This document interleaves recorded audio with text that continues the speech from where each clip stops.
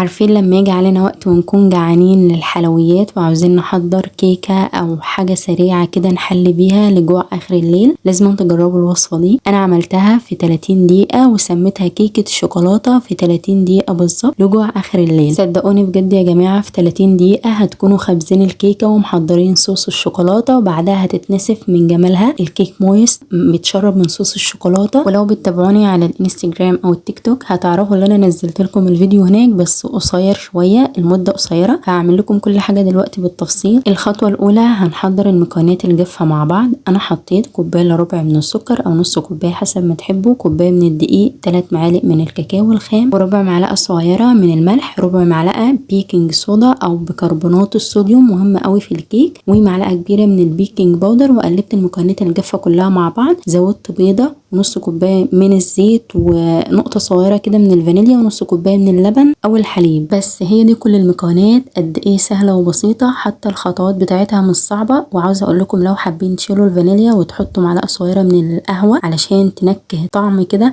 وتكون طعمها جميل، برضو ممكن تحطوها. واخر حاجة ربع كوباية من المية السخنة علشان خاطر دي اللي هتخلي الكيك مويست كده وطري، يقدر ان هو يتشرب بقى صوص الشوكولاتة اللي هنعمله، وبتبقى غنية قوي قوي يعني بجد هتعجبكم. خلاص كده قلبتهم كويس جدا وهو ده القوام النهائي. ركزوا كده فيه علشان هتشوفوه بالنظر لما تيجوا تعملوها. انا استخدمت العلب الكرتون دي، الاولى مقاسها 22 تقريبا والتانيين علب صغننه، حطيتهم احتياطي يعني على اساس الخليط هياخدهم. بس انا حطيتها كلها في صينيه واحده، ممكن تحطوها في صينيه مقاس 22 او 20 حسب ما تحبوا. بس دي شكلها حلو، عامله زي قوالب الديسباسيتو، تخبزوا فيها المعجنات بتكون جميله قوي. ندخلها الفرن يكون سخن قبلها على الاقل ب 12 دقيقه، يعني يكون سخن كويس وانتوا بتحضروا المكونات تكونوا مشغلينه.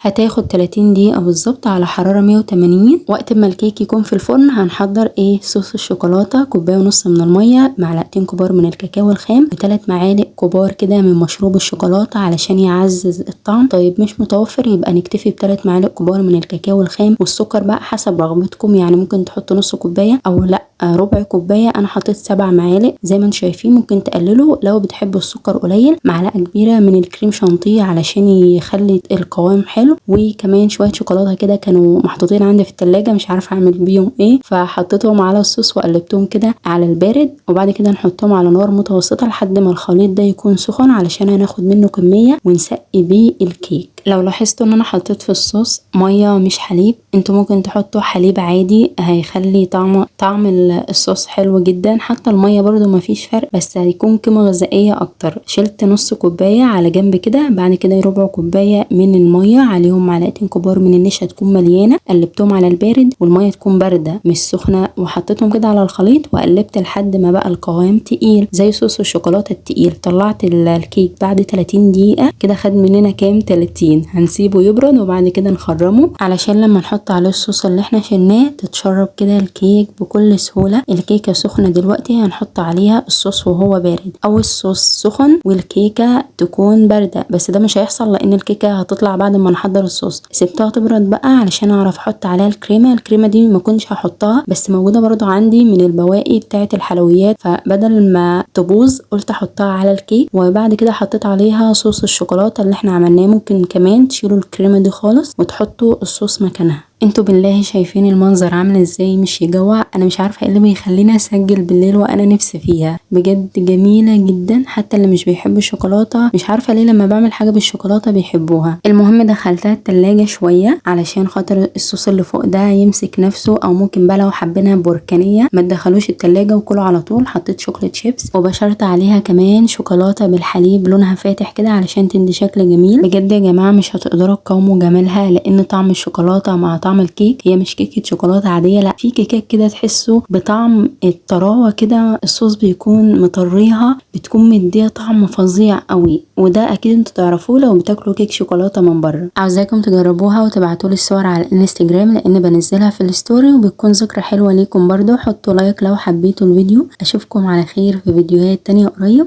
باي باي.